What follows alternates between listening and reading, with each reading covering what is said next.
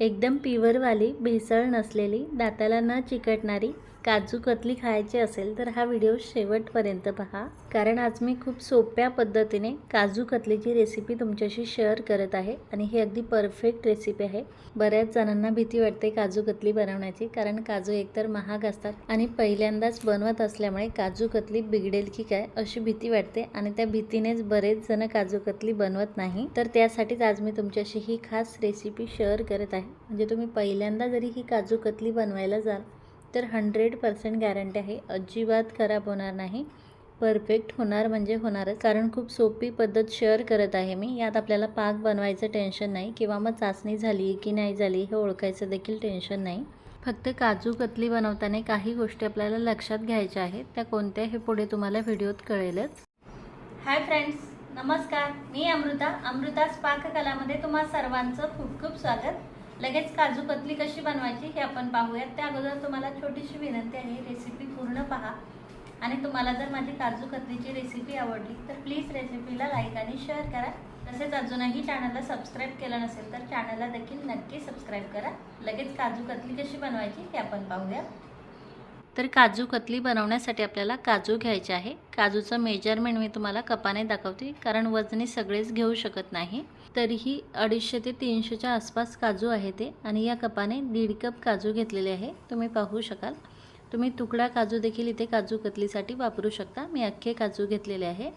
आता आपल्याला याची पावडर करून घ्यायची आहे। पावडर करताना मिक्सर एकदम फिरवायचा नाही आहे, चालू बंद करून अशी पावडर करून घ्यायची आहे रवाळ। आता काजूची पावडर करून घेताना जर मिक्सर एकदम चालूच ठेवला तर एकदम बारीक पावडर होते, ते मिक्सरच्या भांड्याला देखील चिटकते आणि काजू कतली मग अशी चिवट होते। त्यामुळे पावडर आपल्याला अशी थोडीशी रवाळ करून घ्यायची आहे आणि त्यानंतर ती आता पूर्णाच्या चाळणीने चाळून घ्यायची आहे। राहिलेल्या काजूची देखील पावडर करून घेतलेली आहे मी, ती देखील यात घातली आणि त्यात आता आपल्याला अर्धा कप मिल्क पावडर घ्यायचा आहे। मिल्क पावडरमुळे काजू कतलीला चवही छान येते आणि बाइंडिंग देखील छान येते। नुसती काजूची बनवायला जाल तर काजू कतली बनते पण थोडीशी अशी लूज झाल्यासारखी होते, त्यामुळे आपल्याला यात मिल्क पावडर देखील घालायचं आहे। आता ही काजूची पावडर चाळून घेतल्याच्या नंतर ही जी कणी असते ती तुम्ही भाजीत घालू शकता एखाद्या, किंवा मग खीरमध्ये देखील वापरू शकता।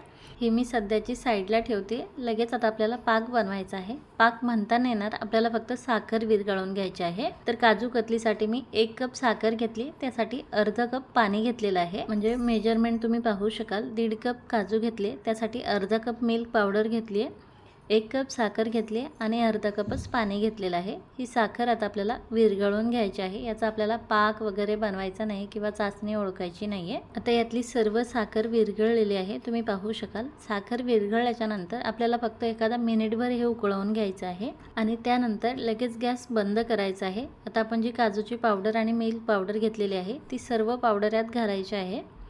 तुम्ही हे गॅस चालूच करायला जाल तर व्यवस्थित मिक्स होत नाही, तसेच खूप घाई गडबड होते, त्यामुळे गॅस बंद करायचा आहे आणि हे आता आपल्याला पाकात व्यवस्थित मिक्स करून घ्यायचं आहे। यात कुठेही गुठळ्या वगैरे राहणार नाहीत याची काळजी घ्यायची आहे। हवं तर तुम्ही कढई खाली उतरून घेऊ शकता, आरामात व्यवस्थित मिक्स करून घेऊ शकता, काहीच हरकत नाही। हे असं व्यवस्थित मिक्स झालेलं आहे, तुम्ही पाहू शकाल। तसेच यात बिलकुल गुठळ्या वगैरे नाही आहे आणि याची कन्सिस्टन्सी आता तुम्ही पाहू शकाल। आता आपल्याला यात 1 चमचा साजूक तूप घालायचं आहे, त्यामुळे काजू कतलीला शाईन येते, तसेच हे मिश्रण कढईला चिटकत नाही एवढं।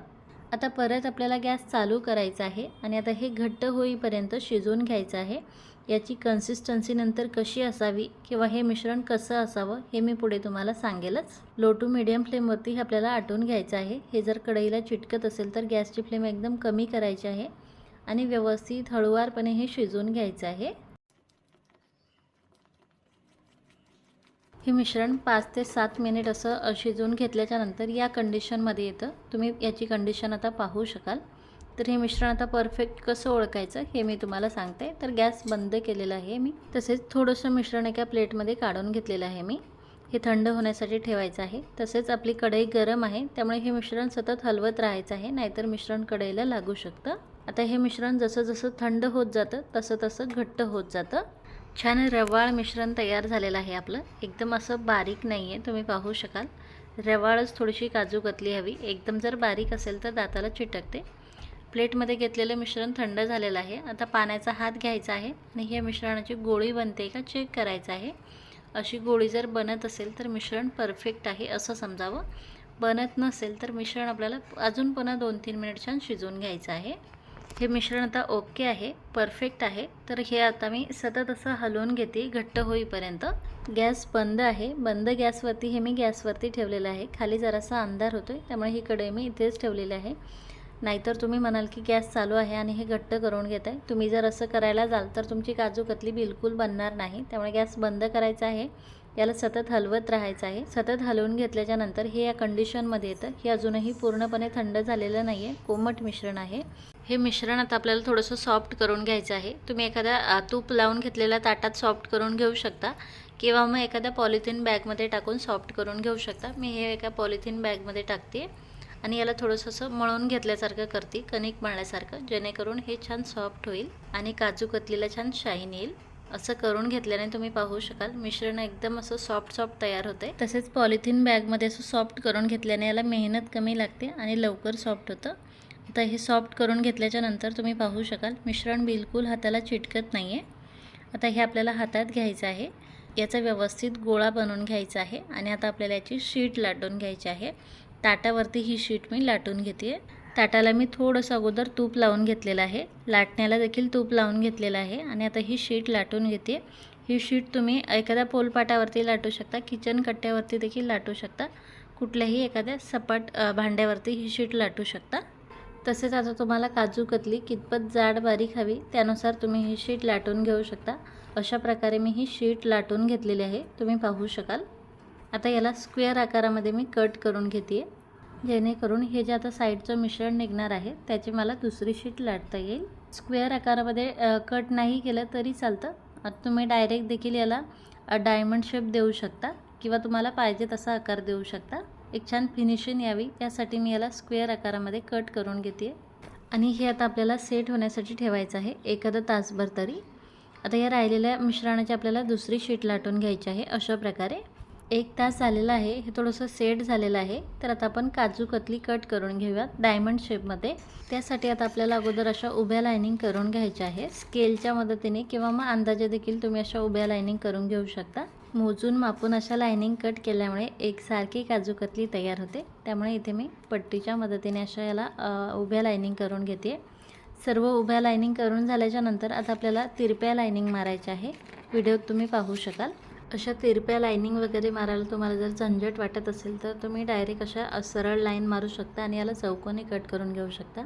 साधारणतः काजू कतली डायमंड शेपमध्येच असते, त्यामुळे मी याला डायमंड शेपमध्ये कट करून घेते. तसेच याचा आकार तुम्ही तुमच्या आवडीनुसार ठेवू शकता, जाड बारीक. आता ह्या साईडने जशा तिरप्या लाईनिंग मारल्या तशा पलीकडच्या साईडने देखील मी तिरप्या लाईनिंग मारून घेते. आता याला 1 तासभर तरी आपल्याला रेस्टसाठी ठेवायचं आहे. त्यानंतर मी तुम्हाला दाखवेलच. तन्वी केव्हाचीच काजू कतली मागते, त्यामुळे हे साईडचे पीसेस मी काढून घेते, जे डायमंड शेपमध्ये नाहीत ते वाले पीस.